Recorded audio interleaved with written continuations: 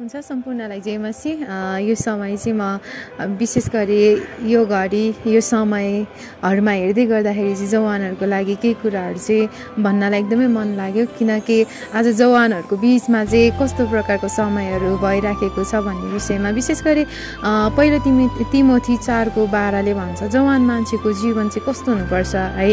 जवान मान्छेलाई चाहिँ विशेष गरी हाम्रो बोलीमा, हाम्रो व्यवहारमा, हाम्रो आचरणमा अनि हाम्रो त्यो शुद्धतामा, विश्वस्तमा, त्यो कुराहरूमा चाहिँ एक उदाहरण बन अथवा विश्वासीहरूको अगाडि चाहिँ उदाहरण बन भनेर चाहिँ पहिलो तिमोथी 4:12ले पावलले चाहिँ तिमोथीलाई सिकाउँदै गर्नुभएको हामीले पाउँदछ।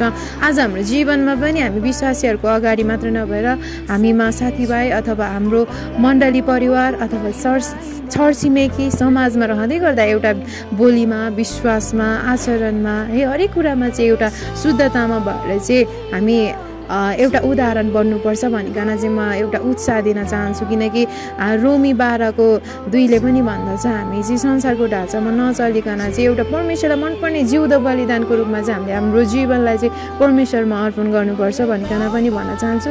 विशेष गरी अहिलेको युथ जेनेरेसनलाई चाहिँ यो भन्न चाहन्छु कि हाम्रो जीवन चाहिँ परमेश्वरलाई खोजी गर्ने जीवन हो, किनकि उपदेशकको पुस्तकले भन्दछ युवा अवस्थामा नै आफ्नो सृष्टिकर्ताको सम्झना गर भनिकन भन्दछ।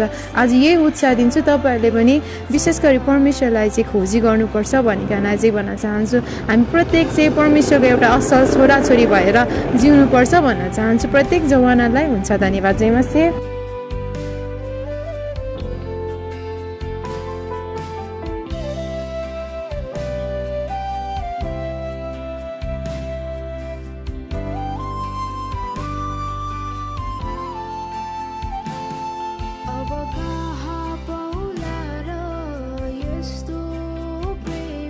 सबै